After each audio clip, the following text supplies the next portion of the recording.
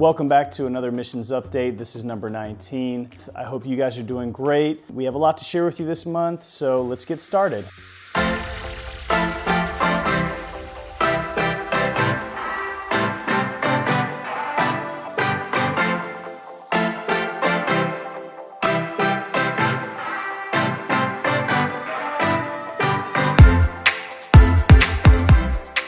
So this month we celebrated a couple birthdays. Kenny turned 5 and Cherry turned 26. Also, my parents came into town to visit us here in Lviv. They had an amazing time seeing the city.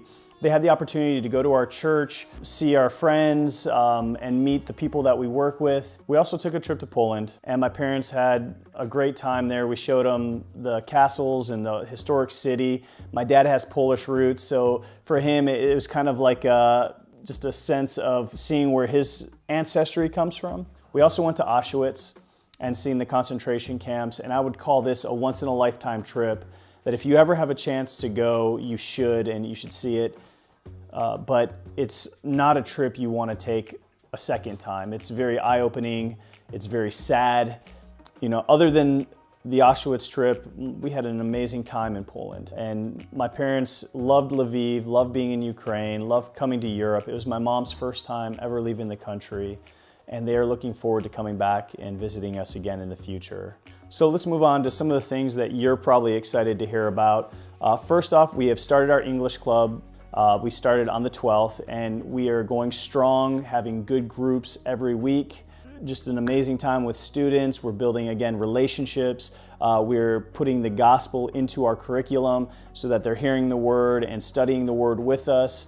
And I believe that it's really inspiring them to be better and draw closer to God in their own personal relationships. So along with English clubs, we are also going out to the campuses and we're doing the God test. The God test is basically a survey where we get to understand their worldview by asking them questions, and in the process we can share the gospel with them along with inviting them to our English clubs and attempting to build relationships with the students. So we're going where they are and trying to connect with them. Now for the most exciting part of this month, we did humanitarian missions to the Carpathian Mountains. This is very similar to the one that Cherry and I, along with the boys, took a few months back, where we went and brought food, clothing, toys to poor people up in the mountains in these kind of remote and harder to reach areas. But the difference is this time we took students with us. So we had a total of 14 people, 6 of them were students, and we got them involved in doing basically humanitarian work, handing out food. They helped collect clothing. For me, the best part of this trip was to bring toys and candy to the children that were up there. There were so many children, and it was just so much fun. We brought paint and we were able to do like face painting. We played games. It was probably the highlight of the trip for not just myself, but also for the students because of just the interaction that we had with these kids, and we look forward to doing it again.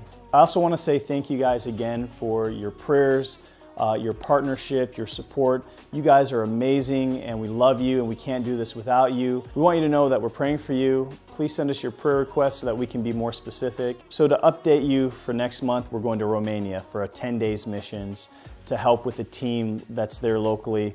We're going with Mike Watkins and his wife, and we have some other people from Nashville coming in that we know.